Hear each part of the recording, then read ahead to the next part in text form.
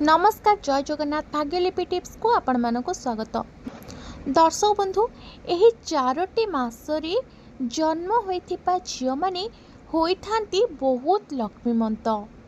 एमानंकर घरे जन्म हेबा मात्रे होइथाय उन्नति। तेबे केउ 4 गोटी मासरे एही झियो माने जन्म होइथांती जो माने लक्ष्मी सदृश बोलाई थांती से संपर्क रे आमे आगो को जानिबा। वीडियो रे आगो को बढ़िया पूर्व छोट अनुरोध आपण मन जदि हम चैनल को नुआ आछन तबे चैनल को सब्सक्राइब करी पाखर थिबा बेल आइकन को प्रेस करि दियंतु। कमेंट बॉक्स रे जय मां लक्ष्मी निश्चिंत लिखंतु। देखंतु गोटे महिला उपरे पूरा परिवार निर्भर करिथाए, कारण गोटे महिला ही गोटे परिवार को सुख रे रखिबारे समर्थ होइथाए।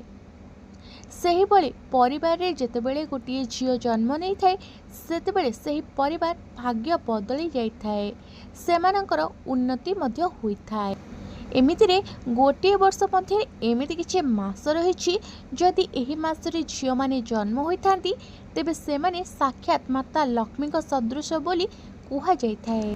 तेबे केउ 4 गोटे मास रे लक्ष्मीमंत झियो जन्म होई थांती से संपर्क रे जानिबा। प्रथम मासटी हेउछि फेब्रुआरी मास।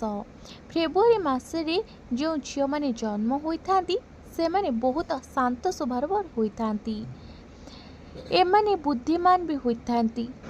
जो परिवार रे विवाह होइथाए एमाने सही परिवार सदस्यकर भाग्य उदय करिथांती।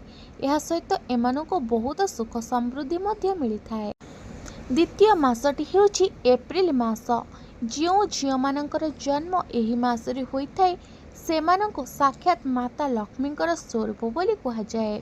शास्त्र अनुसार एही मासरे जन्म होइतिबा शिशु बहुत भाग्यशाली होइथांती। जो मानकर जन्म एही मासरे होइथाए सेमानकर ग्रह चलन बहुत भल होइथाए। एमितिरे सेमाने सब क्षेत्र रे सफल अर्जन करिथांती। तृतीय मासटी हेउछि जून मास। एही मासरे जन्म होइतिबा झियो माने बहुत भाग्यवान होइथांती। शास्त्र अनुसार एही मासरे जन्म होइतिबा झियो माने बहुत शुभ अटंती। चतुर्थ एवं शेष मासटी होछि सेप्टेम्बर मास। एही मासरे जो झियो मानकर जन्म होइते सेही झियो माने बहुत धनी होइथांती। एमानक निज भाग्यर साथ मिलिथाए जहाद्वारा एमानक सबु प्रकार सुख सुविधा मिली थाए जीवन रे।